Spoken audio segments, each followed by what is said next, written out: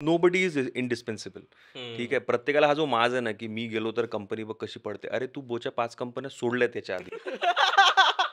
त्या चालू आहेत, फॅन्टास्टिक चालू आहेत. P&L काढून बघ प्रॉफिटमध्ये आहेत. कोण इमानदारीने 9:30 ला लॉग इन केल्यानंतर लंचपर्यंत शिस्तीत बसून सगळी कामं आटोपतं रे?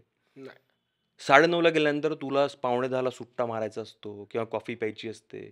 मग तो चहा तुला ऑफिसच्या पुढच्याच टपरीवर जाऊन प्यायचा आहे. इतकं आपण गृहीत धरतो ना आई-वडिलांना, की मला माझे मुलं सांभाळणं होत नाहीये, तर तू मदतीला मला ये. का रे? हो. नको ना. तिचं लाईफ आहे यार. तिने आज 50 वर्ष काढले, तुम्हाला मोठं केलं, नवऱ्याची साथ दिली. They went through their phases of life. त्यांचे चढ-उतार होते. आज कुठेतरी ते थकलेत आणि आज हा त्यांचा आराम करायचा जर फेज आहे, त्याच्यातही तुमची अपेक्षा आहे की त्यांनी येऊन तुमची मुलं सांभाळायची. कुठलंही, नागपूरच विदर्भातलाच म्हणून नाही, खानदेशातला, मराठवाड्यातला जोही माणूस नागपूर, मुंबई, पुण्याकडे येतोय नोकरीसाठी, he or she goes through so much की कुठेतरी त्याला असं वाटतं की आपण जाऊ रे परत. म्हणजे आपण आपल्या घरी गेलं पाहिजे. आणि इन जनरलच प्रत्येकाला असं वाटतं की I want to go back to my roots.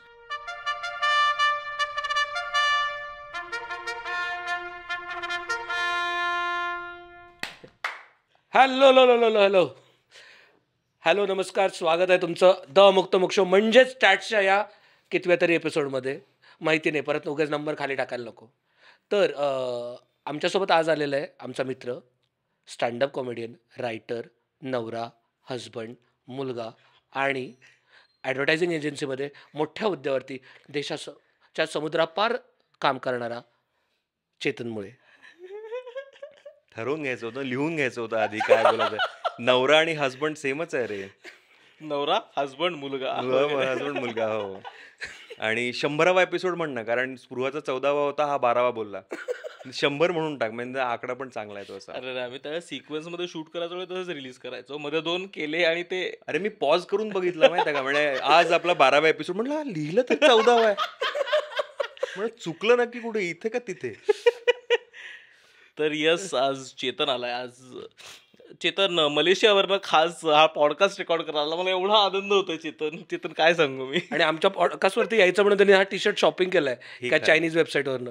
50% खरं आहे की मी हा शर्ट पॉडकास्टसाठी खरेदी केलाय आणि ह्याच्यासाठी आलोय हे खोटं आहे. येस. चेतन मुळात एकतर भाडीपात असताना तो स्टँडअप कॉमेडी करायचा. खूप उत्तम स्टँडअप कॉमेडियन आहे. तो रायटर पण आहे. आम्ही खूप एकत्र काम केलंय स्केचेसवरती. आणि सगळ्यात महत्त्वाचा वेगळा भाग म्हणजे हे सगळं करत असताना तो एक कॉर्पोरेट जॉबही करतो ॲडव्हर्टायझिंगमध्ये. आणि त्याचसाठी तो मलेशियाला शिफ्ट झाला. तर म्हटलं एनिवे खूप दिवसांपासून डोक्यात होतं की कॉर्पोरेट आणि त्याबद्दल चे इनसाईट्स याबद्दल गप्पा माराव्या म्हणून. तर मग कोण बेटर असू शकेल चेतन शिवाय. तर म्हणून आज चेतन आपल्यासोबत आहे. Hi Chetan, hope you are doing well. Hope this podcast finds you in pink of your health असं म्हणतात. होप युअर डुईंग वेल वगैरे झालं, ते जुनं आहे. Sorry to bother you at this moment, but if you sorry to interject, sorry to interrupt वगैरे. हे quick one असं वगैरे पण असतं. हे on that point quick one, आणि मग भलतीचकडे न्यायची गाडी ती कुठेतरी. Let's circle back. Let's circle back, touch basis. पण चेतन तू आधीपासूनच म्हणजे कॉर्पोरेट हो. जॉब करतोयस का? किती वर्ष झालं तुला कॉर्पोरेट जॉब? मी 13 वर्ष झाले. म्हणजे सुरुवातच तशी झाली आहे. स्टँडअप वगैरे इट ऑल हॅपन्ड. म्हणजे नाटक करणे, पुरुषोत्तम वगैरे केलंच आहे मी. पु ल देशपांडे करंडक, सकाळ करंडक, सुमन करंडक सगळं पुण्यात राहून मी करायचो. सो कुठेतरी त्याची इच्छा होती की ह्यात काहीतरी घडावं पुढे. पण एक प्रॅक्टिकल ॲस्पेक्ट पण नेहमी होताच त्याच्या पॅरलल, की हे जर घडलं नाहीच तर आपण काय करायचं. सो माझं जे शिक्षण वगैरे होतं ते मी सगळं जॉब सिक्युअर करण्याच्या दृष्टीनेच करायचो. सो मी केमिस्ट्री ग्रॅज्युएशन करून मग मी MBA केलं ॲडव्हर्टायझिंग आणि कम्युनिकेशनमध्ये. केमिस्ट्री नंतर तू ॲडव्हर्टायझिंगमध्ये गेलास. हो, होतात ना आता चुका माणसाच्या हातून. पण तू इंजिनिअरिंग नाही केलंस त्यामुळे ठीक. इंजिनिअरिंग ते एक होतं की मला नव्हतंच करायचं, म्हणजे समहाऊ नाही, म्हणजे असं होतं की नाहीच करणार मी 1 वर्ष 2 वर्ष घरी बसलो तरी चालेल, मी इंजिनिअरिंग नाही करणार. मी एक्झॅक्टली ते केलं. कारण इतकं ग्लोरिफाय केलं आहे आपल्याकडे इंजिनिअरिंगला की म्हणलं नको. सो मी म्हणून BSc केमिस्ट्री केलं. Coming back to the point. आणि केमिस्ट्री मला आवडायचं, मला अजूनही आवडते केमिस्ट्री. ब्रेकिंग बॅड माझी अजूनही नंबर 1 सिरीज आहे. म्हणजे काही बीट नाही. गेम ऑफ थ्रोन्स आहेच आहे, पण ब्रेकिंग बॅडला बीट नाही माझ्या लाईफमध्ये. पण ब्रेकिंग बॅड भारीच आहे. जबरदस्त. मला त्यातला कंटा केमिस्ट्री काही कळलं नाही. बट मग मला त्या कॅरेक्टरच एवढं आवडलं ना की तो सेल्फ डिस्कव्हरी पण त्याची केमिस्ट्रीमधनं होते आणि समहाऊ तो करत जातो ते कारण त्याला करायचं आहे अल्टिमेटली. म्हणजे तो सीझन 5 मध्ये ऍक्सेप्ट करतो की मला भारी वाटायचं रे, मला इज्जत होती माझी इथे. मला किक मिळते. हा, मला किक मिळते. म्हणजे अल्टिमेटली कॉर्पोरेट लाईफ मध्ये माणूस का करतो? इज्जत, म्हणजे आपल्याला काहीतरी मिळालं पाहिजे म्हणूनच करतो ना. त्याला मिळते तिथे का रे पण? मिळालं. हा, मिळते का? काम केलं तर मिळते.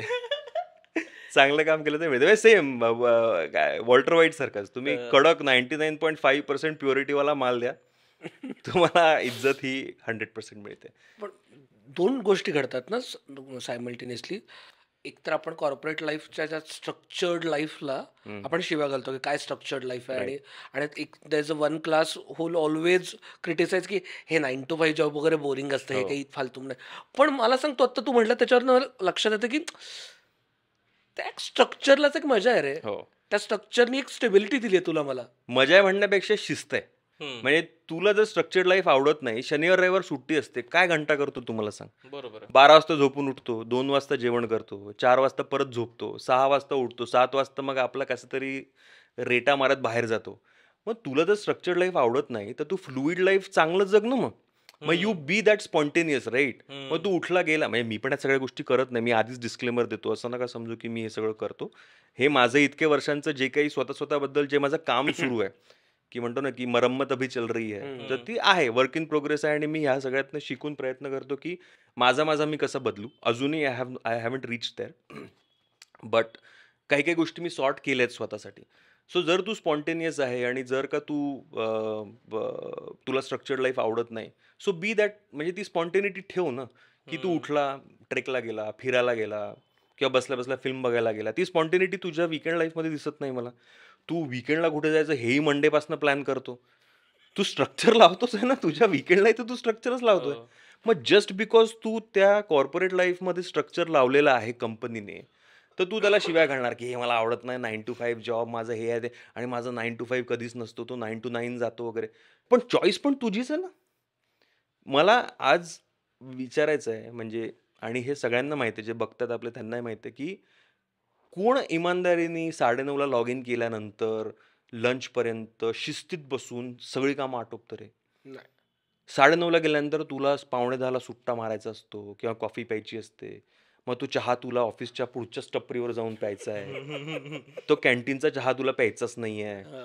मग तो सुट्टा मारणार, मग त्याच्यात तुम्ही शिव्या घालणार, त्यात तुम्ही 9:45ला गेले, तुम्ही येणार 10:15ला, 10:30ला, मग बसणार, मग ईमेल बघणार, मग तो ईमेल बघून तुम्ही चिडणार. मग हे करत करत तुम्ही 12, 12:15 गाठता. आणि मग स्विगीवरती काय ऑर्डर करायचं लंचला. आणि मग 12:15ला मग तो एजेंडा असतो की आता जेवायला काय. तुम्ही जर घरून डबा नेला असेल तर मग त्याची वाट बघता. तुम्ही जर चांगला डबा नेला नसेल तर मग स्विगीवरनं काय ऑर्डर करायचं, इथनं काय करायचं, तिथनं काय करायचं, किंवा टीममध्ये आज बाहेरच जायचं का जेवायला, अरे तिथं नवीन उघडलं वगैरे. मग साधारण 1:30-2 वाजेपर्यंत तर तू मौजच करतो.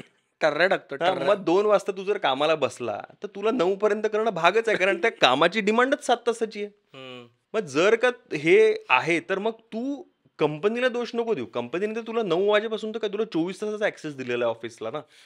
तू केव्हा येऊन काम कर, तू कसंही काम कर. पण नाही मला 9 ते 5 आणि मग माझा बॉस 9 वाजेपर्यंत बसतो. बॉस नाही बसवत, तू बसतो है ना. कारण अल्टिमेटली काम तर आहेच ना. आता तुम्ही पॉडकास्ट करता, समजा तुमचं एक शेड्यूल आहे, पॉडकास्ट हा काढायचाच आहे. आज तुम्ही दोघंही आजारी आहे, तुम्ही बसले का, कारण तुमचं शेड्यूल आहे, राईट. ही स्वतः घेतलेली जबाबदारी आहे. सो तेच महत्वाचं आहे रे कॉर्पोरेट लाईफमध्ये सुद्धा, माझ्या मते, पर्सनली माझ्या मते. आणि माझं म्हणणं नाही की 100% कंपन्या अशा आहेत, किंवा 100% लोक पण तसे आहेत. टॉक्सिक कंपनीज पण असतील, टॉक्सिक बॉसेस पण असतात, हरामी असतातच की मुद्दामून राईट. माझ्या इगोसाठी तुला 10 पर्यंत बसवणार. हो, मग त्याच्यावर सोल्युशन आहे की तुम्ही नोकरी सोडून जा. करेक्ट आहे, राईट ना. आज आपण आपल्या आईबाबांच्या काळात तर नाही आहे ना की गव्हर्नमेंटला लागलो तर आयुष्यात. म्हणजे माझ्या बाबांनी आयुष्यभर सरकारी नोकरी केली. मी त्यांना म्हणजे I have seen him going through difficult patches, म्हणजे मेजर डिफिकल्ट फेजेस. पण त्यांच्याकडे ऑप्शन नव्हता रे, कारण तेव्हा मार्केट ओपन नव्हतं, जॉब्स नव्हते, आणि समहाऊ ती एक भीती पण होती त्यांना की आता कोण जाणार. बरं, असं नाही त्यांनी ट्राय नाही केला, त्यांनी केलं होतं ट्राय. म्हणजे पुण्यात त्यांनी एक प्रायव्हेट कंपनी पण जॉईन केली होती, but somehow that didn't work. मला एवढं आठवत नाही, बट दॅट डिडंट वर्क. आणि मग त्यांनी again decided to go back to government job वगैरे. पण ते ऑप्शन तुमच्याकडे टॉक्सिक आहे, तुमचे कलिग्स नाही चांगले, तुमचा बॉस नाही चांगला, जे तर तुम्ही सोडून जा. तुम्हाला आज 50 नोकऱ्या पडल्यात बाहेर, त्या करा ना. मग अल्टिमेटली हा पण तुझा चॉईस आहे ना, की अरे नाही ना, मला 1 वर्ष स्टेबिलिटी पाहिजे, रेझ्युमे खराब दिसेल वगैरे. अरे मग what are you trying to balance? म्हणजे facade, you trying to manage the facade, or you trying to manage yourself? रडायला आवडतं. पण मला मला मला जेन्युनली हे कारण ना माझी एक मैत्रीण अगेन कॉर्पोरेटमध्ये आहे आणि तिचं पण आमचा ग्रुप आहे त्यात ती सतत क्रिप करत असते अशा या गोष्टी. तिचं असं म्हणणं असतं की पण मी माझी कामं वेळेत असतात. मला अगदी म्हणजे दिवस संपायचा आहे 6ला माझा लॉग आउट होणं अपेक्षित आहे तर 5-5:30 वाजता मला माझी मॅनेजर येते आणि नवीन काहीतरी काम देते and then she is expecting की आत्ता बाबा बस आणि हे कामं कर. तर आय थिंक हे पण खूप जास्त होतं. म्हणजे आय एम शुअर की आपल्या आपल्या कामाची रिस्पॉन्सिबिलिटी घेऊन आपण आपल्या आपल्या वेळेत काम पूर्ण करणं ही आपली रिस्पॉन्सिबिलिटी आहे. We are liable to complete that work, we will anyhow finish it. पण हे खूप जास्त म्हणजे आता कॉर्पोरेटचाच विषय निघालाय तर कॉर्पोरेट पॉलिटिक्स हा इतका मोठा चंक आहे. आणि तू म्हणालास ते होतच. काही काही बॉसेस ठरवून एखाद्या व्यक्तीला टार्गेट करतात. तू मला बॉस म्हणून किंमत देत नाही का? तुला बरोबर 5:45 मेल करणार. मला तो 3लाच आलाय मेल पण मी तुला 5:45 फॉरवर्ड करणार आणि म्हणणार 7:30ला दे मला. म्हणजे तू जास्त त्या साईडने काम केलंस म्हणून मला how do you see that? लोक सतत क्रिप करत असतात की माझी हे असं आहे, माझा मॅनेजर असा आहे, माझी HR अशी आहे. हो. सो मला वाटतं की ज्युनियर लेवलला इतकं पॉलिटिक्स नाही होत. ठीक आहे, कारण की you are just a small potato in the whole system. तू तू आहे नाही आहे त्या सिस्टमला विशेष फरक पडत नाही. Nobody is indispensable. ठीक आहे, प्रत्येकाला हा जो माज आहे ना की मी गेलो तर कंपनी बघ कशी पडते. अरे तू बोच्या 5 कंपन्या सोडल्या त्याच्या आधी. त्या चालू आहेत, फॅन्टॅस्टिक चालू आहेत. PNL काढून बघ प्रॉफिटमध्ये. चेतननी ठरवले आज फक्त ट्रुथ बॉम्ब्स फोडायचे. नाही पण फॅक्ट आहे. आणि मी का बोलतोय माहिती आहे का? कारण हे मी स्वतःला कधीतरी सांगितलं की तो बिझनेस आहे है ना, तो धंदा आहे, तो थांबणार नाही, तो थांबणार नाहीये. तू मशीन मधला एक नट आहे, राईट? तू काढला, दुसरा बसवला, ती मशीन तर चालणारच आहे, इंजिन फिरणारच आहे, पिस्टन फायर होणारच आहे. सो तेव्हा मला असं रिअलाइज झालं की नाही आहे, म्हणजे nobody is indispensable. So coming back to the politics, त्या लेवलला काही होत नाही. ठीक आहे, त्या लेवलला हेच ॲट मॅक्स पॉलिटिक्स हे आहे की बॉस तुमच्या कामाचं क्रेडिट घेईल, एवढंच आहे. पण आजकाल तरी माझ्या फील्डमध्ये एवढं नाही आहे. म्हणजे आजकाल खूप ॲडव्हर्टायझिंगमध्ये कल्चर खूपच चिल आहे, म्हणजे आपल्या कॉन्टेंटसारखं वगैरे. सो असं कोणी करत नाही की तुमचं मेजर पॉलिटिक्स होतं ना तुमच्या C-सूट लेवलला, तुमच्या एक्झिक्युटिव्ह कमिटी लेवलला. तुम्ही MD, CEO, CEO आणि VP, सिनियर VP झाले ना त्या लेवलला. कारण की तिथे गेम कटथ्रोट आहे, तिथे अपॉर्च्युनिटीज कमी आहेत. तुला कधी कोणी कसंही फसवून म्हणजे बेसिकली गेम टाकून तुला आपल्या रस्त्यातनं, कारण प्रत्येकाला ग्रो करायचं आहे. आणि एस्पेशली आपल्या देशामध्ये इतके लोक आहेत काम करणारे की you have to secure your position. So जी तू म्हणतो की तुझी मैत्रीण सारखं क्रिप करत असते की पॉलिटिक्स आहे हे ते वगैरे, तर त्या लेवलला एवढं नाही. हे परसिव्ड पॉलिटिक्स आहे की माझा बॉस मला त्रास देत असेल अर्थात. म्हणजे असे असतात बॉसेस, जसं तुम्हाला की टॉक्सिक बॉसेस आहेत, ते देतात त्रास की 5:30ला देणार. पण त्याच्यावर सोल्युशन काय आहे की मग तुम्ही कन्फ्रंट करा. तुम्ही ट्रेंड बघा ना, 2दा-3दा. जर तो रोज तुम्हाला 5:30ला काम देतो आणि म्हणतो की मला 7:30ला द्या, एक दिवस त्याला अपफ्रंट जाऊन म्हणा की बॉस मी हे बघते किंवा बघतोय आणि I don't like it, so I will give this work to you, पण मी उद्या देईन. मला 6:30ला निघणं भाग आहे. सो मी पुढच्या एका तासात जेवढं काम करेन तेवढं करेन, बाकीचं मी उद्या करेन. आणि मग तुझा कॉल आहे. तुला जर बसून संपवायचं संपव, नसेल संपवायचं नको संपव. जर तुला बॉसला अद्दल घडवायची तर नको संपव. पण if it doesn't impact you तर संपव.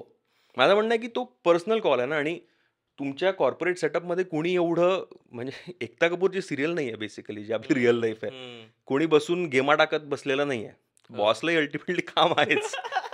तो तिथे येऊन तो ऍक्च्युली म्हणजे तुझ्या विरुद्ध षडयंत्रच हा. करायचं मला. अरे नाही, अरे हाच तो पर्स्पेक्टिव्ह लोकांचा होतं. काय माहिती का, बऱ्याचदा माझ्या अगेन्स्ट करतायत रे, मुद्दाहून मला. हा दुसऱ्यातलं काही कामं पडलेली नाही, तूच एकटा आहेस, तुला बोळे मारणं एवढं घेतोय की तुझ्या विरुद्ध षडयंत्र करताय. तो आल्यावर लॅपटॉप लॉग इन करतच नाही ना. तो बिसलाय चिठ्ठ्या घेऊन की आज कुठली गेम टाकू, आज मी ओमकारला बसवतोच आज 5 वाजता. माझा पगार ह्याचाच आहे, कोमलिका बनण्याचाच पगार आहे मला. प्रोजेक्ट मॅनेजर बसलाय त्यासाठीच की बाबा त्या सेकंड टीम लीडला तुझ्यावरती टाकायचा.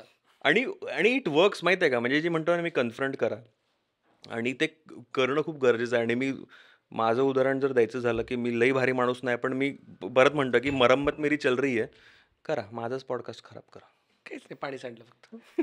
सो जे म्हणतो की मरम्मत चल रही आहे, सो ह्या गोष्टी मी ट्राय करतो इम्प्लिमेंट करायचा. जसं माझा बॉस एक आहे म्हणजे बॉस म्हणतो पण मैत्रीच असते जनरली.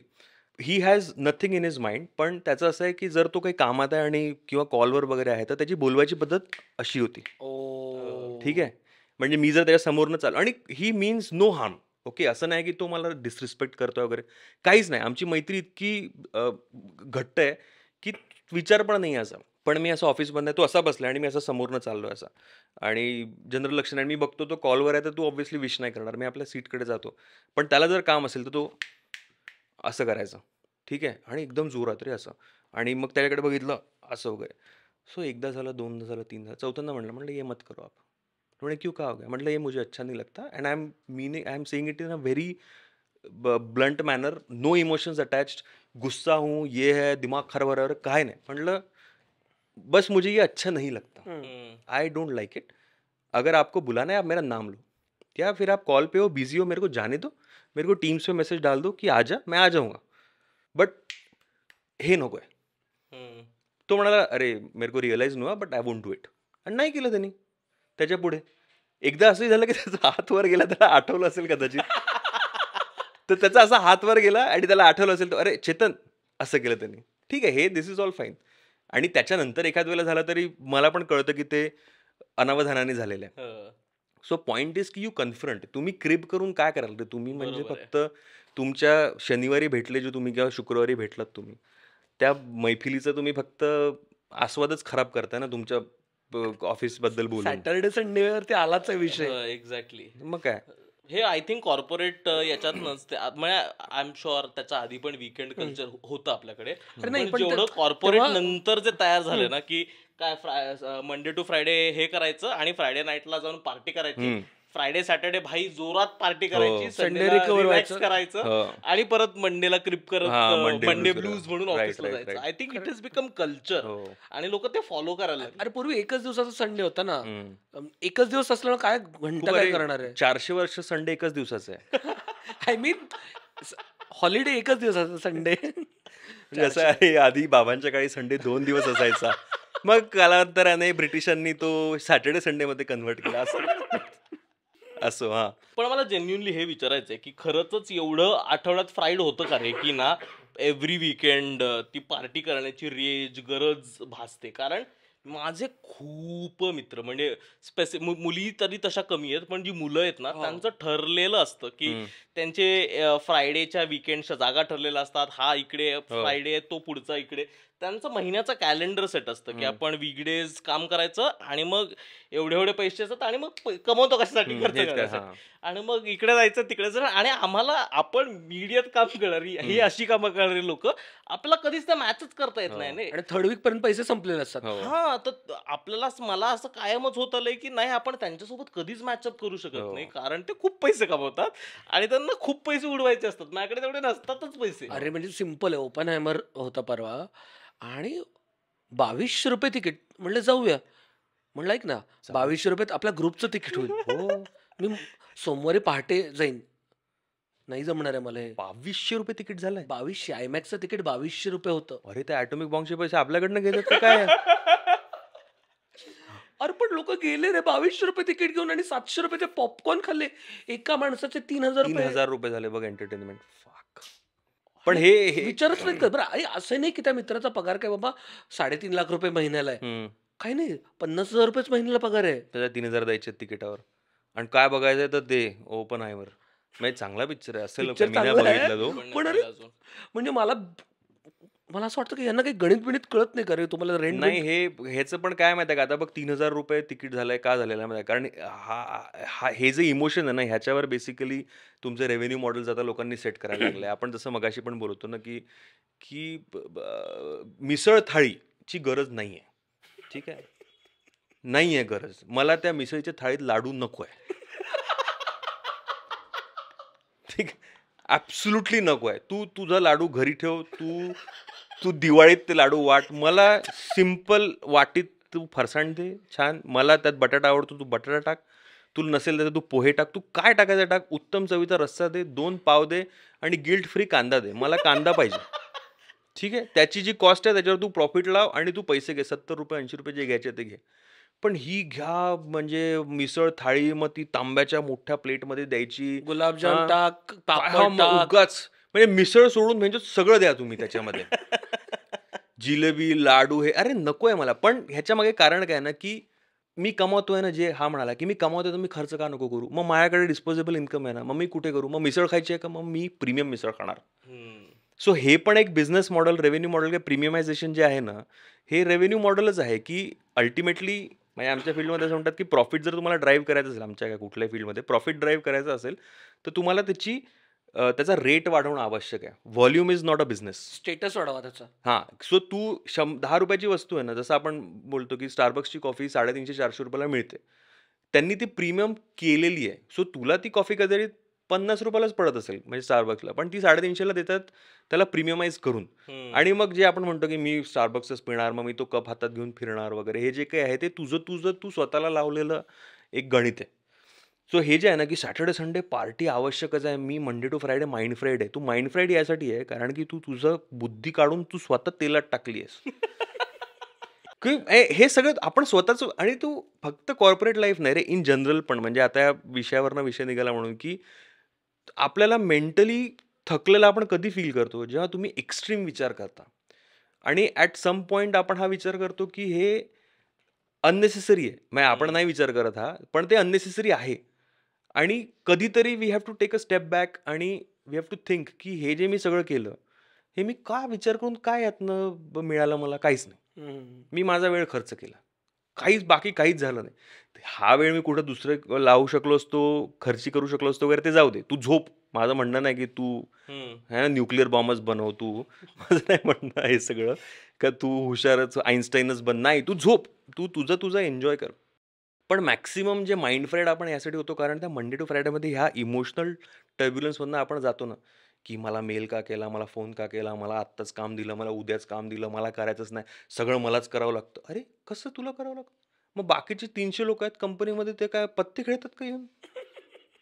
म्हणजे हे किती तुम्ही सेल्फ किती सेंट्रिक हां, आहे. म्हणजे किती ॲरोगंट फीडबॅक आहे हा, की मलाच सगळं काम करावं लागतं. करावं लागत असेल तुझ्या टीममध्ये आणि तू बघशील कन्सिस्टंटली हा फीडबॅक, माझ्या टीममध्ये कोणी कामच नाही करत. सगळं मला करावं लागतं. आणि सगळे हे म्हणतात. हां. तू सगळ्या टीममधल्या तू टीममध्ये 10 पोरं असतील ना, 10 मुलं-मुली त्यांना खोलीत नेऊन विचार. प्रत्येकजण तुला हेच म्हणेल, "मीच करतो काम. मीच करतो काम. बॉस तर माझा येडा आहे, चुत्या आहे, त्याला काही येत नाही." अरे! म्हणजे माझं म्हणणं आहे, की all of this comes from a place of arrogance. आणि ज्यावेळेला आपण हे सोडू, म्हणजे प्रयत्न करू सोडायचा. सोडू शकतच नाही तो, कारण तो खूपच मूळ स्वभाव आहे माणसाचा. पण ज्यावेळेला आपण ह्यातनं बाहेर येऊ ना, तर हे जे आहे ना, की आउटरेजियस स्पेंड्स, की ₹3000 तिकीट काढून फिल्म बघायची. का बघायची? माझं म्हणणं आहे, you you need to take a call, right? की मी का देऊ जसं तू म्हणाला, की नाही मी सोमवारी सकाळी जाईन. फिल्मच बघायची आहे ना. असं तर नाही आहे ना, का तो हम्म. ₹22 तो येऊन तुझ्या बाजूला बसलाय नोलन हो. आणि तुला समजावतोय, "हे बघ इथे ना असं झालं होतं" वगैरे. नाही ना. तू सोमवारी पण तेच बघणार आहे, मंगळवारी पण शुक्रवारी पण तेच बघणार आहे. बट जस्ट बिकॉज हे मंडे टू फ्रायडे ना डोक्याचं भजवतं रे. आपल्याला काहीतरी करायचंय. मग जे दारू पितात किंवा पार्टी करतात ते जाऊन पार्ट्या करतील. ज्यांना फिल्म बघायची ते फिल्म बघतील. घरात नाही राहायचं किंवा घरी नाही जायचं. शुक्रवारी रात्री झोपायचं नाही. म्हणजे हे नियम आपण स्वतःला लावून घेतले आणि जस्टिफाय करत जातो आपण हम्म. ह्या आणि गोष्टी. गंमत बघ ना, वॉन्ट्सला आपण नीडमध्ये कन्व्हर्ट करून करेक्ट. टाकलेलं आहे, की मला मला हवंय. म्हणजे आपल्याला कसं हो. होतं ना, मला 5 स्टारमध्ये जाऊन खायचं. मला 5 स्टारमध्येच खायचं. हां. म्हणजे हे 2 शब्द आहेत ना, नीड आणि वॉन्ट किंवा मराठीत जर आपण म्हणालं गरज आणि हवंय. हो, मला लागतं. मला लागतं. मला लागतं. परफेक्ट. मला लागतं. लागतंच. मला लागतं. अरे हां. लागतं म्हणजे कोण आहेस तू? हो. त्याच्यामुळे ते खूप बाजीराव. तू ॲब्सोल्युटली बोललाय, की नीड व्हर्सेस वॉन्टचीच गेम आहे ही. आणि हे बोलायला खरंच खूप सोपं आहे आणि करणं तेवढंच कठीण आहे, की समवेअर आपण आपल्या गरजा ओळखून वागलं पाहिजे. सो जे म्हणतो ना, की मरम्मत चल रही है माझी, की हे सगळे कॉल्स मी इतक्या वर्षांमध्ये घेतलेले कॉल्स आहेत, की बाबा ही गरज आहे आपली ना, सो याला गरजेनुसारच वागवलं पाहिजे. ही उपरती कधी आली? कारण का माहिती का, मी त्या फेजमधनं गेलोय, की म्हणजे खाईन तर तुपाशी नाही तर उपाशी. हं. ही फेज आत्ता कुठेतरी आली आहे. आणि सुरुवातीला अरे नाही ना, मग चला स्वस्तात करू. मग ते परत म्हणजे पिण्याबद्दलच नाही, Adjust करून. ऍडजस्ट करून हां. खाण्याबद्दल असेल, मग काय पैसे नाहीत ना, जाऊन रस्त्यावर ते खाऊ, हं. काही पण बाहेरच खायचं मला आज. असं करत करत कॉम्प्रोमाइज करत गेलो आणि ते कुठेतरी त्याचं प्रेशर आलं. हं. तुला कुठून ते प्रेशर गेलं? म्हणजे तू सॉरी मला फंबल झालो मी थोडासा. नाही मला कळतंय तू हां, संपव तुझा प्रश्न म्हणजे. हां. सॉरी मला असं म्हणायचं होतं, की मला ही फेज यायला खूप वेळ लागला. हं. तुला ती फेज कशी कशी आली ती फेज तुझ्याकडे? मी म्हटलं ना, ते जे रिअलायझेशन मला झालं, की आपल्याला झाडभरही किंमत नाही आहे या जगात.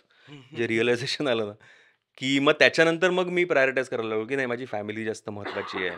आणि मग कोविडच झाला. मी 6 महिने परत नोकरीवर गेलो, कोविड झाला. मग 2020-21 ऑलमोस्ट आम्ही एकत्रच होतो. फक्त 22चे जे काही महिने मी मलेशियात एकटा होतो आणि माझी फॅमिली इकडे होती, तेवढे आम्ही वेगळे होतो. पण सो मी ते प्रायोरिटाईज करायला लागलो, की फॅमिली. मग जर का सगळ्या गोष्टी गळून पडल्या आणि माझी मुलगी, माझी बायको, माझे आई-वडील, माझी closest family is my priority. तर मग त्याच्या अनुषंगाने आपण गोष्टी कशा निवडायला पाहिजे, काय केलं पाहिजे, काय चूज केलं पाहिजे त्या गोष्टी. मग ऑफिसमध्ये जर मला काम द्यायचं आहे, सो आता बरेचदा असं होतं, की मी रोज सकाळी जातो 9:00-9:30ला जातो आणि मी घरी येतो 9:00 वाजता रोज. सो मी सांगितलंय, की मला एवढा वेळ लागणारच आहे आता आणि मी ट्राय करीन, की मी वीकेंडला काहीच करणार नाही. So I finish my work during the week. कारण माझंच काम आहे. जसं मी म्हणालो, की 6 पर्यंत करू हं. काय, 9 पर्यंत करू काय, माझं मलाच करायचं आहे. सो मी रोज ते 12 तास घालवतो. कारण आज ती गरज आहे माझ्या कामात मला 12 तास घालवायची. सो ते करून मग मी वीकेंड त्यासाठी देतो. सो जे म्हणालो, की आणि इट्स अ प्रोसेस रे. आज मी झोपलो आणि उद्या सकाळी मी संत झालो असं नाहीये. हं. ती तुला खूप हार्ड कॉल्स घेऊन त्याच्यावर आणि सगळ्यात महत्त्वाची गोष्ट ना, की तुला स्वतःला हे सांगणं आणि हे मी स्वतःला सांगितलेलं आहे, की तू कुणीच नाही आहेस. म्हणजे लिटरली तुझ्या या अख्ख्या सिस्टममध्ये तुझं महत्त्व काहीतरी आहे, कारण तू कॉन्ट्रिब्यूट करतोय. पण इतकं नाही आहे, की तू स्वतःला एन्टायटल्ड फील करू शकतो. वॉव! तू सूर्यमालेतला पृथ्वी आहेस. तू करेक्ट. सूर्य नाहीयेस. काही एक्झॅक्टली. काहीच नाही आणि जे आपण म्हणतो ना zoom out, zoom out, zoom out मध्यंतरी असा एक हां. व्हिडिओ Instagram आला होता, हां, की तू असं zoom out, zoom out, zoom out तो फुल म्हणजे पार तो अंतराळातच हां. जातो आणि तू नाही आहे रे. तू आणि अंतराळाच्या पॉइंट ऑफ व्ह्यूने बघितलं तर पृथ्वी पण किती लहान आहे. हो. ठीक आहे. सो ह्या खूप फिलॉसॉफिकल गोष्टी आहेत. पण मी समहाऊ स्वतःला ह्या गोष्टी खूप सांगतो, की नाही आहे आपलं महत्त्व. सो माझं लाईफचं ऑब्जेक्टिव्ह आता एकच आहे, की असं काहीतरी काम करायचं, की माझ्या मुलींना असं वाटलं पाहिजे, की बाबांनी इतकं काम केलेलं आहे. आता आपल्याला इथून पुढे हे बिल्ड करायचं आहे. हं. मग ती त्यांच्यासाठी मला जी फायनान्शियल सिक्युरिटी निर्माण करायची आहे ती. त्यातनंच जे आपण मगाशी बोललो, की मी परदेशात पण गेलो, की एक फायनान्शियल स्टेबिलिटी मला आली पाहिजे, त्यांना आली पाहिजे. काही-काही अपॉर्च्युनिटीज ज्या मला पैशामुळे नाही मिळाल्या, त्या त्यांना मिस आउट करणं होऊ नये. पण ॲट द सेम टाईम मला त्यांना ही पण व्हॅल्यू द्यायची आहे, की व्हॅल्यू द्यायची आहे म्हणणं फार थोडं काय म्हणतात त्याला अगेन एन्टायटल्ड हं, बिहेवियर आहे. पण माझा प्रयत्न हा असा असणार आहे, की त्यांना हां, आपल्याकडे पैसा आहे. हं, असं नको वाटायला. हं. हं. This is a hard earned money, की नाईस. आहे आपले बाबा 12 तास जाऊन करतायत काम, तेव्हा आज आपल्याला Nikeचे शूज मिळू शकतात उदाहरणार्थ. हं. बरोबर आहे. सो ती पण एक व्हॅल्यू मला कुठेतरी तिला कॉन्स्टंटली द्यायची असते आणि मी गंमत सांगतो माझी पोरगी अरे मलाच कधी-कधी वाईट वाटतं खरं तिचं. आम्ही बाहेर जात होता मॉलला वगैरे ना, तर सुरुवातीला तिने ते सगळे प्रकार करून बघितले. रडणं, मला हे पाहिजे, मला हे हं. पाहिजे वगैरे. आणि माझं असं आहे, की तू शिस्तीत मागितलं तर मी कदाचित देईनही तुला. जेव्हा तिने हे करणं सुरू केलं ना, मी म्हटलं, "तू रड.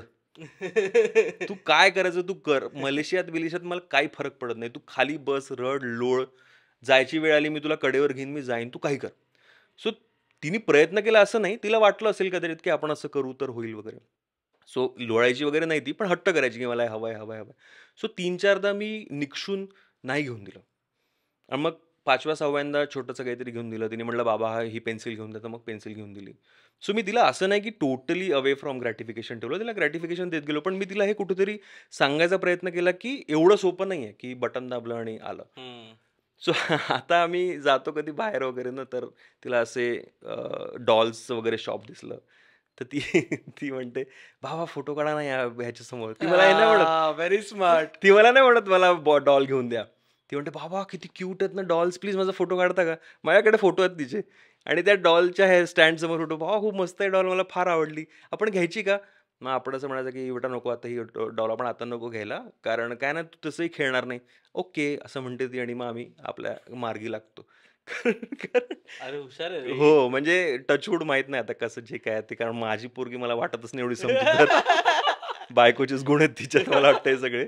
बट ह्या सगळ्या गोष्टी करते ती. तुला एवढं सगळं तू आता काही वर्ष पुण्यात काम केलंस, काही वर्ष मुंबईत केलंस, आता तू मलेशियात आहेस. तुला असं वाटत नाही का परत कधीतरी नागपूरला जावं, मस्त काम करावं शांतपणे? अरे, नागपूरमध्ये मला एनीटाईम असं वाटतंच रे जावं असं. म्हणजे मला इतका नॉस्टॅल्जिक होतो. मी आजही जातो ना, मी बायकोला आणि सेमच गोष्ट नेहमी सांगतो. आम्ही एअरपोर्टला पोहोचलो आणि माझं घर एअरपोर्टच्या जवळ होतं. आता जे नागपूर एअरपोर्ट आहे तिथनं माझं घर जवळ होतं. आम्ही सहकार नगर म्हणून एक एरिया होता तिथे राहायचो. त्याच्या आधी पांडे लेआउट म्हणून एक एरिया होता तिथे राहायचो. आणि तिथे सायकलने वगैरे खूप फिरलो रे आणि एअरपोर्टपासून माझी शाळा अगदीच जवळ होती. सो आता जाऊन मी बघतो ना बदललेलं मला इतकं तो छत्रपती चौक म्हणून एक आहे. तिथे आधी फ्लायओव्हर होता. तो फ्लायओव्हर तोडला. मग तो परत कुठला तरी ब्रिज टाकला. मी म्हणजे जातो मला असं वाटतं की काय चालू आहे आयुष्यात पण आता मेट्रो जाते म्हणजे तिथनं. आणि मग ते ऑब्व्हियसली तुमचा नाश्ता तर्री पोहे बरेच लोक बोलून झालेत. ते आलू बोंडे रस्सा वगैरे. मला इतकं म्हणजे नॉस्टॅल्जिक फील होतं ना गेल्यानंतर. मी सांगू नाही शकत. मी आता पुढच्या आठवड्यात जाणार आहे परत. मी इतका एक्साइट होतो ना. कारण मला दिसतात रे ते रस्ते आणि I go back to that time की इथनं मी सायकल चालवायचो आणि इथनं जायचो आणि इथनं टर्न घ्यायचो वगैरे. आणि कधी बघतो आपण जेव्हा या झोनमध्ये जातो आणि आपण एकटे असतो ना कोणाला शेअर पण नाही करत. पण तू नॉस्टॅल्जिक झाल्यानंतर तो एक असा ॲटिट्यूड असं येतं ना असं की तू असं असं बघणार इथनं अशी सायकल अशी अशी अशी वगैरे तुझ्याच असतो तू. किती होतं अरे असं माझं इतकं होतं ना. तेव्हा क्रिकेट पण खेळायचो आम्ही सीझन बॉलनी उन्हाळ्यात. काळ होईपर्यंत तर हो नागपूरच्या उन्हाळ्यात तुम्ही क्रिकेटनी हो हो अरे उन्हाळा वगैरे तर तुम्हाला कौतुक आहे आम्हाला काही कौतुक नव्हतं. काय आम्ही चिल होतो तेव्हा. थंडी पण तेवढीच होती ना कारण आणि आजकाल तर थंडी म्हणजे मला नाही जाणवत माहित नाही. पण म्हणजे फार थंडी बघितलेली आहे मी असं की म्हणजे गोठायचे नळं.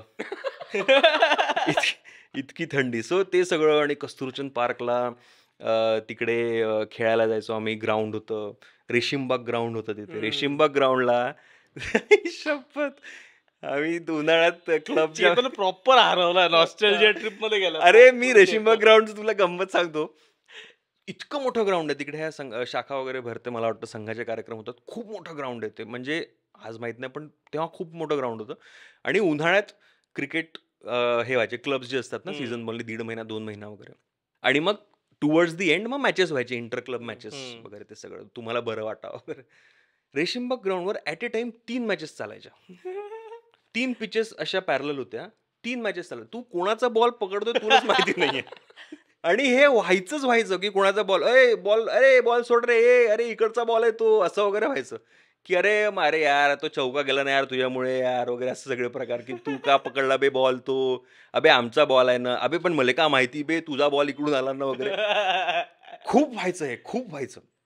सो कुणाचे हे सगळे व्हायचे आणि सगळे व्हाईट्समध्ये. कोण कोणाच्या टीममध्ये झाड कोणाला माहित नाही. सगळे काळ्याच असतं उन्हाने सगळे हो. आणि पण त्याच्यातही आम्ही खेळायचो. त्याच्यातही ते गेम्स व्हायचे. आणि तिथे एक काकू यायच्या समोसा आणि कढी घेऊन. ते पण म्हणजे कढी समोसा तर कढी समोसा काय सुंदर लागतो यार. मी नाही खाल्लं कधी कढी समोसा. आपण जाऊ अरे संध्याकाळी. वेड्या.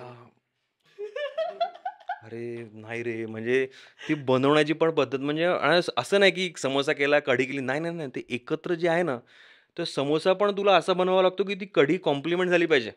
असं नाही रॅन्डम तू टाकली कढी आणि खाल्ला नाही नाही नाही ते मिक्सचर हा हा हा आणि तळलेली मिरची वगैरे किंवा कांदा त्या काकू आणायच्या रे आणि त्या असं डब्यात भरून आणायच्या समोसा. आणि रेशीमबागची मॅच म्हणजे क्रिकेटची घेणं देणं नाही समोसा आपल्याला खायचं आहे कारण आपण काय चांगले प्लेअर थोडी होतो. त्याच्यामुळे आपल्याला केलं उभं तर आपण केली फिल्डिंग 2-4 बॉल पकडले नाही तर आपण बसलो मागे एक्स्ट्रा बनून आपण समोसा खायला जायचो.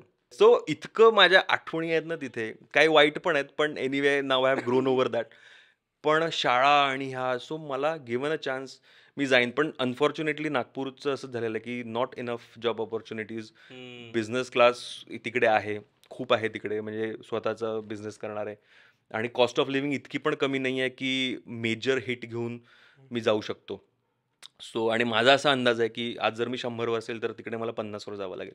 सो मी 50वर तेव्हा जाईन जेव्हा माझ्या जबाबदाऱ्या मोकळ्या झाल्या आहेत. माझे पोरं लागलेत त्यांचे सेव्हिंग मी करून ठेवलेलं आहे आणि माझी बायको तयार झाली माझ्यासोबत नागपूरला यायला तरच. कारण ती जे अवघड हार्डकोर वाटतंय ना. पुणेकर ना. जे अवघड वाटतं. अवघड अवघड अवघड मलेशिया थोडी आहे नागपूर म्हणजे.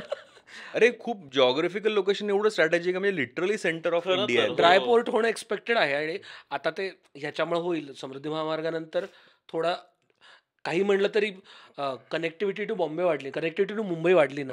सो तो फरक पडणारच. ते पडावा म्हणजे माझी इच्छा ही आहे कारण माझ्यासारखे असे खूप असतील जे बाहेर राहत आहेत आणि त्यांची इच्छा आहे की at some point in time आपण परत जावं. कारण दमायला होतं रे. तुम्ही बाहेर राहता आणि कसं ना, you go through some level of differentiation at some point. असं रेसिझम नाही म्हणणार मी, कारण रेसिझम इज व्हेरी हार्ड किंवा व्हेरी स्ट्राँग. पण कुठेतरी "अरे, अरे, तू इथला नाही आहेस का? हम्म. इथला नाही आहेस का तू?" आणि मी तर कॉलेजमध्ये होते आणि माझी आत्ता थोडीफार भाषा नाटकात काम करून किंवा सगळ्यांसोबत हम्म. बोलून वगैरे ठीक झाली आहे. मी नागपूरला लँड झालो, की मी ही विसरतो. मी "अबे चल ना बे, अबे तिकडून उजवीकडे टाकणं" वगैरे आपला तो झोन पकडतो मी. कारण तीच माझी माझा लहेजा आहे तो.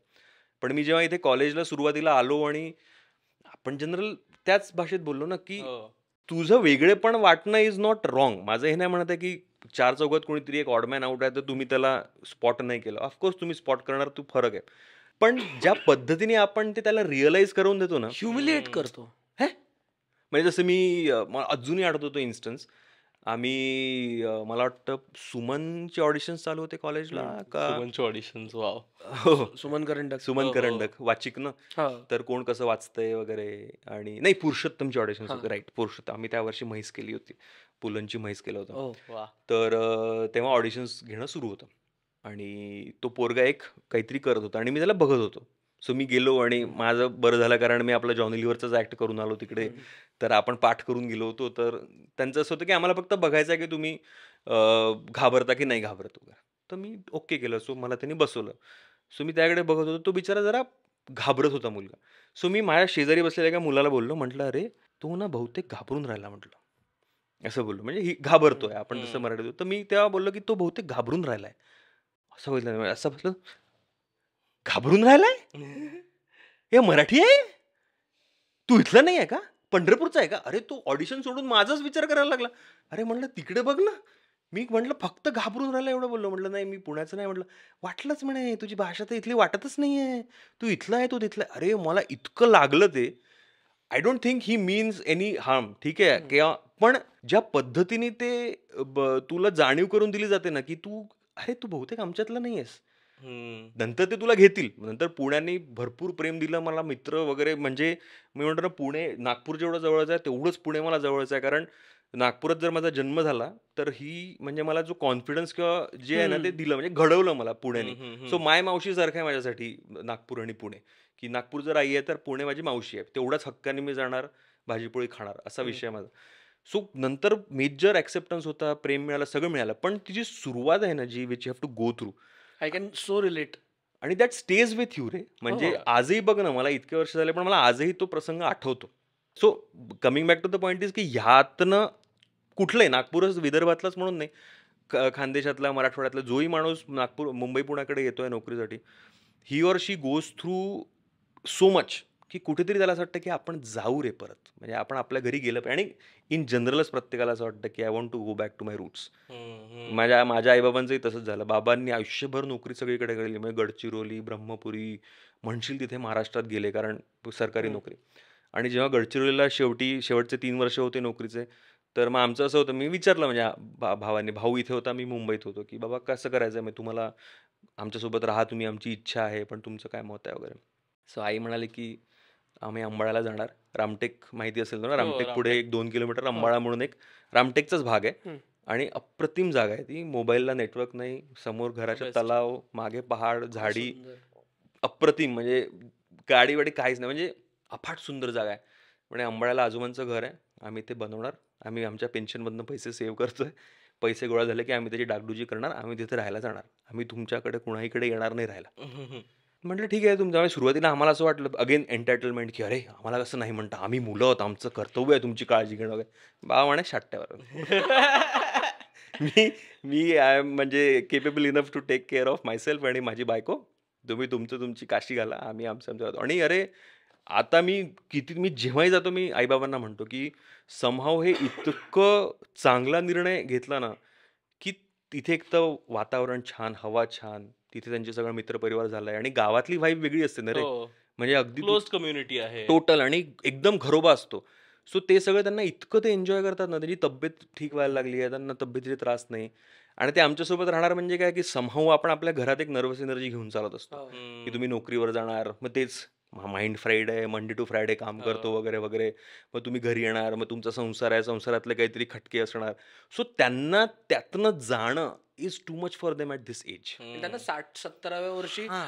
नवीन कल्चरला अडॅप्ट व्हा, नवीन फ्रेंड्स बनवा Correct. तुमच्या मित्रांचे. आणि त्यांचं असं असतं रे की खाली गेलो तर आमच्याशी कोणी बोलतच नाही. हम्म. हे घर एवढं लहान आहे, हे दारच का बंद करून ठेवलेत लोकांनी, तोंडावर तोंड पडलं तर ती बाई हसली पण नाही माझ्याकडे बघून. म्हणजे यांना वेगळ्याच कंप्लेंट्स आहेत बरोबर आहे, लाईफमध्ये. त्यांचं सोशल स्ट्रक्चरच वेगळं आहे ना Correct. रे. त्याच्यामुळे मग मलाही असं वाटतं ना की आपण ज्या एनर्जीत राहतो घरात, असं नाही की आपल्या घरातली एनर्जी वाईट आहे, पण समहाऊ तू बिझी आहे, काही ना काहीतरी चालू आहे लाईफमध्ये, स्ट्रेस आहे, जेही काही आहे. आणि त्यांना काहीच नाही रे, सकाळी उठा, त्यांचं जे काही रुटीन आहे त्या दुपारी बसा, पेपर वाचा, टीव्ही बघा, नातवंडांशी खेळा, असतील तर, नसतील तर काय ते पण नाही. आणि मग रात्री झोपा. आणि मग काय मग फिरून फिरून काय स्वयंपाकात काय करायचं, जेवायला काय करायचं, मग चहा ठेवू का, मग आता रात्रीच्या स्वयंपाकात काय करायचं, एवढेच. मग ते विचारणार, मग ते असं ना काय म्हणतात त्याला, मल्टिप्लाय होत जातो तो इफेक्ट. मग मलाच का विचारलं, मग सारखं सारखं काय करू, स्वयंपाकात काय करू, हे काय. सो ते नकोच. अहो, काय सुंदर समप केलं त्यांनी.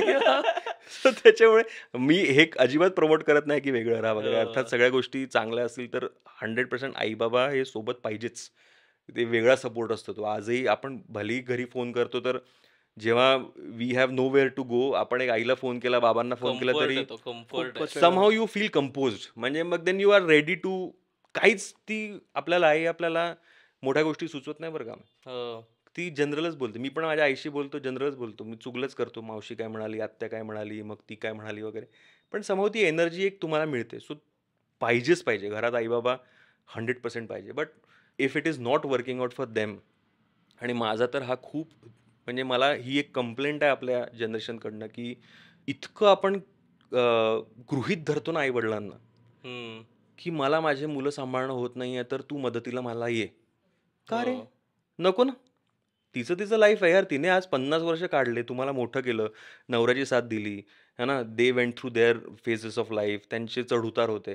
आज कुठेतरी ते थकलेत आणि आज हा त्यांचा आराम करायचा जर फेज आहे, त्याच्यातही तुमची अपेक्षा आहे की त्यांनी येऊन तुमची मुलं सांभाळायची किंवा तुम्हाला मदत करायची, किंवा नाही माझी नड आहे तर तू ये. अरे काय आहे यार?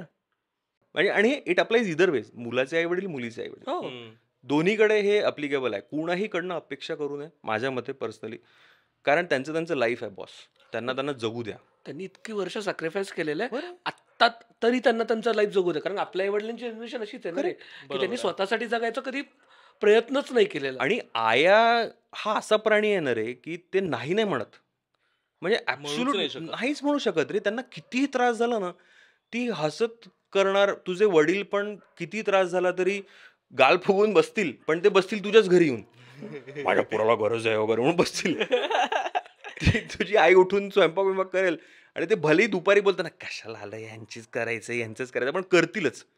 सो ते त्यांचं कर्तव्य चुकत नाही. पण तुम्ही अगेन द बिहेवियर ऑफ एन्टायटलमेंट, की मला गरज आहे, केलंच पाहिजे, आईवडिलांनी नाही केलं तर का करणार. अरे पण नका ना. तुम्हाला मी म्हणत नाही नोकरी करू नका किंवा तुम्ही जे चॉईसेस केले आहेत ते you don't go head with that. I am not saying that. Right. But you figure out your life. तुमचे आईवडील 60-60 वर्षाचे झाले, 55, 60, 65, त्यांना आरामाची गरज आहे. म्हणजे माझ्या बाबांचं रुटीन, सकाळी उठा, ठीक आहे, चहा वगैरे घेतात. ते 2-4 कामं माझ्या आईनी रागवून त्यांच्या मागे लावलेत, की तुम्ही अंगणात पाणी टाकायचं, झाडांना पाणी घालायचं, पूजा करायची वगैरे म्हणून. सो आता त्यांचं ट्युनिंग असं आहे, की ते भलेही रोज, आता मी जाईन ना पुढच्या आठवड्यात, तर आई मला सांगेल हे असं करतात, ते तसं करतात. मग बाबा पण म्हणतात, अरे काय करू रे मी, मला काय करायचं, हे उगाच मला बोलते वगैरे. ते सगळं त्यांचं शिकवण आहे. सगळं त्यांचं चालू असतं. मग आई सांगणार, हे उन्हात जातात, हे यांना रामटेकला जायचं असतं, उन्हात निघतात. मी त्यांना सांगते तुम्ही रिक्षाने जा, नाही चालत जातात, 10 रुपये वाचवतात, काय गरज आहे, तब्येत खराब झाली तर कोण बघणार आहे. मग त्यात बाबा सांगतात, अगं पण इथे रिक्षाच मिळत नाही ना सीमा, तिकडे गेटपर्यंत नाही का जावं लागणार, मग तिथे तो भेटतो मला, काय काहीतरी सांगतील बंटी किंवा काहीतरी नाव सांगतील, मग त्याच्या रिक्षात मी जातो. हो जा पण लवकर या ना. म्हणजे ते आपापसात, मी फक्त तिथं काहीच करत नसतो. बट ऐकून घ्यायचं फक्त. करेक्ट. पण हे त्यांचं लाईफ आहे, कळलं का. ते मजा आहे त्यांची, ते एन्जॉय करतात, त्यांचा दिवस छान जातो. मला काहीच अधिकार नाही आहे त्यांच्या ह्यामध्ये बिब्बा टाकायचा. सो माझं म्हणणं तेच. आणि मी व्हेरी फेअर. खूप स्ट्रॉंगली ह्या गोष्टींना विरोध करतो. म्हणजे कदाचित मी व्होकली कोणाला बोललो नसेल ज्यांचं मी बघितलं, पण मला ॲब्सोल्युटली ही गोष्ट नाही आवडत. तुमचे चॉईसेस आहेत, तुम्ही करा. आणि that applies to your corporate life also, की if you have converted your wants, if you have converted to needs in to wants, तर मग तुमची चॉईस आहे ना, तुम्हाला 2200चा ओपन हॅमर बघायचा आहे तर ही तुमची चॉईस आहे. 2200चा ओपन हॅमर बघायला तुम्हाला 70,000 कमवायचे आहेत. मग तुम्हाला नोकरी बदलणं आवश्यक आहे. मग तुम्ही नवीन ठिकाणी जाल, तुम्ही तिथे जाऊन काम करा, पैसे कमवा, ओपन हॅमर बघा. Everything is your choice. मग ते जे तुम्ही बाहेर अटॅच करताय, की माझा बॉस असा, माझी कंपनी अशी. मी तर उलट म्हणतो कंपन्या तुमच्यावर किती खर्च करतात रे? कॉफीची मशीन लावा. मग त्यात एखाद्या काय म्हणतात त्याला फीडबॅक सेशनमध्ये कोणी 4 असतात जाऊ नये. ते सांगतात ते बोलतात, "कॉफी मशीन चांगली नाहीये. कॉफी बीन्स चांगले आणा." लवाजा. हां. Starbucksचे कॉफी बीन्स का नाही आणत? अरे, तू घरी भेंचो नेसकॅफे नाही पीत? पण तुम्हाला कंपनीसाठी फीडबॅक असतो तुमच्याकडे, की हे काय, ही काय क्वालिटी आहे का कॉफी मशीनची? ती तुमच्यासाठी कॉफी मशीन लावते, ज्यूस ठेवते, फ्रिज लावते, तुमच्यावर खर्च करते, आउटिंगला घेऊन जाते, कुठं-कुठं 5 स्टारमध्ये तुम्हाला बुक करते, जेवण देते, दारू पाजते, है ना? एम्प्लॉयी एंगेजमेंटच्या नावाखाली एवढं सगळे कामं करते. तुम्ही आणि त्याच्यात लोकांचं असतं, आता यावर्षी कॉन्फरन्स आहे, जाऊन येतो, पेपर टाकतो. अरे म्हणजे टाक तू, अर्थात तू काय मला तुझा चॉईस आहे तो. पण हे जे आहे ना रिव्हेंजवाला जे आहे ना, हे सगळं आतूनच सुरू होतं रे. म्हणजे it is all you, right? You against you. You against you. म्हणजे तूच तुझ्या जीवनाचा शिल्पकार. आणि म्हणून जे तू म्हणाला ना की तुला उपरती कधी झाली वगैरे, मला वपू काळे देव आहे माझ्यासाठी. मी खूप त्यांचं वाचलंय असं नाही, पण मला तो माणूस असं होतं ना की तुम्ही माणसाला एवढं डिकोड कसं करू शकले हो. म्हणजे असं होतं मला वपू काळेंचं वाचलं की त्यांनी लिहिलं होतं ना की पुढची व्यक्ती त्याच्या आयुष्यातलं दुःख सांगायला लागली की तुम्ही 80% ऐकू नका. कारण जर तुम्ही 100% ऐकलं तर तुम्हाला हे रिअलाइज होईल की त्याच्या दुःखाला तो स्वतःच कारणीभूत आहे. हे त्यांचं कोट आहे किंवा हे कुठल्या तरी एका पुस्तकात वाक्य आहे त्यांचं. ते वपुर्झामध्ये त्यांचे हां. वेगवेगळे कोट्स आहेत ना, ते मी वपुर्झामध्ये वाचलं होतं की आणि मी म्हटलं, "हो रे, हे खरं आहे." आणि हे मी कशावरनं असं नाही की मला ओमकार बोलला हे खरं आहे. मी स्वतःच म्हटलं, "हो रे, अर्ध्या वेळेला तर मी माझंच रडगाणं सांगत असतो, की मी कसा भारी, मीच कसं ऑफिसमध्ये एकटा काम करतो आणि माझ्यामुळे कशी कंपनी चालू आहे आणि मला हे करतं, ते करतं." सो कट आहे. त्याच्यामुळे मी कोणाचं ऐकत पण नाही. कोणी येऊन माझ्याजवळ रडलं तर मी तेवढी फक्त काय म्हणतात त्याला भूतदया दाखवतो. सहानुभूती. की बरोबर आहे, बरोबर आहे, बरोबर आहे. पण वपू काय 80% ऐकतच नाही. 20% चल भाई मेरे को जाना है वगैरे असं म्हणून आपलं निघायचं. वाव. नाईस. मला वाटतं चेतनने आज बाबा चेतनदास. हां, कॉर्पोरेट वाला फील घेतला हां. आज. आपण हेच लिहू कॉर्पोरेट मॉन्क. हो. चेतनमुळे द न्यू कॉर्पोरेट मॉन्क. पण हो एकच डिस्क्लेमर फक्त बरं नाही तर आपल्याला कमेंट बिमेंट येतील की माझं पण काम स्वतःवर चालू आहे. हा जो काही अनुभव मी शेअर केलेला आहे, हा मी जे काही अनुभवलं आहे किंवा मी जे काही स्वतःवर काम करू शकलो किंवा जे मी ऑब्झर्व्ह केलं त्यातून सांगितलेलं आहे. अर्थात जगात असे बरेच उदाहरणं असतील की जे टॉक्सिक वर्क कल्चरमध्ये असतील, बॉसेस टॉक्सिक असतील, समहाऊ त्यांच्याकडे ऑप्शन नसेल नोकरी सोडायचं म्हणून they have to go through it. बरोबर आहे. सो बऱ्याच पॉसिबिलिटीज आहेत, बरेच सिनारिओज आहेत. So with all due respect to them, हे सगळं जो माझा फीडबॅक होतो त्या लोकांसाठी होता की जे एन्टायटल्ड फील करतात स्वतःला आणि त्यातून हे सगळं सांगतात की हे नाही ते नाही माझं आयुष्य मोस्टली मेट्रो सिटीजमध्ये काम करणार आहे. हो. येस. सो तेवढं मात्र लक्षात ठेवा मित्रांनो, नाही तर घरी Hashtag, दगड hashtag. मारायला तर घरावर थँक्यू सो गोटे. मच चेतन, तू आज आलास आणि खूपच मजा आली रे. म्हणजे खूपच. मला जेन्युनली कॉर्पोरेट आणि काय म्हणूयात या पद्धतीचे कॉन्व्हर्सेशन्स ना, एक तर त्याचा काही गंध नाही रे, म्हणजे त्याचा काही संबंध नाही. त्या त्यांच्या म्हणजे मीम्स शेअर करण्यापासून आणि क्रिबिंग पर्यंत हे सोडल्यास व्यतिरिक्त माझा काही गंधच नाही त्याला. तर ते कंटाळा येतो त्याचा. पण आता म्हणजे जेन्युनली हे इतकं रिलेट झालं आणि हे झालं ना, तर फार मजा आली. मला असं वाटलं होतं की कॉर्पोरेट म्हटलं तर आपण क्रिप करू, पण त्यांनी सोल्युशन्स सांगितले मला, ते खूपच मजा आली ते. येस. तर थँक्यू सो मच. द अमुक तमुक शोचे आणखीन कुठल्या एपिसोड्समध्ये तुम्हाला आणखीन कोणाकोणाला ऐकायला आवडेल हे आम्हाला प्लीज डेफिनेटली कळवा. सबस्क्राईब केलं नसेल तर यूट्यूबवर बघताय तर सबस्क्राईब करा आणि इतर प्लॅटफॉर्मवर ऐकताय तर फॉलो करायला विसरू नका. Thank you so much.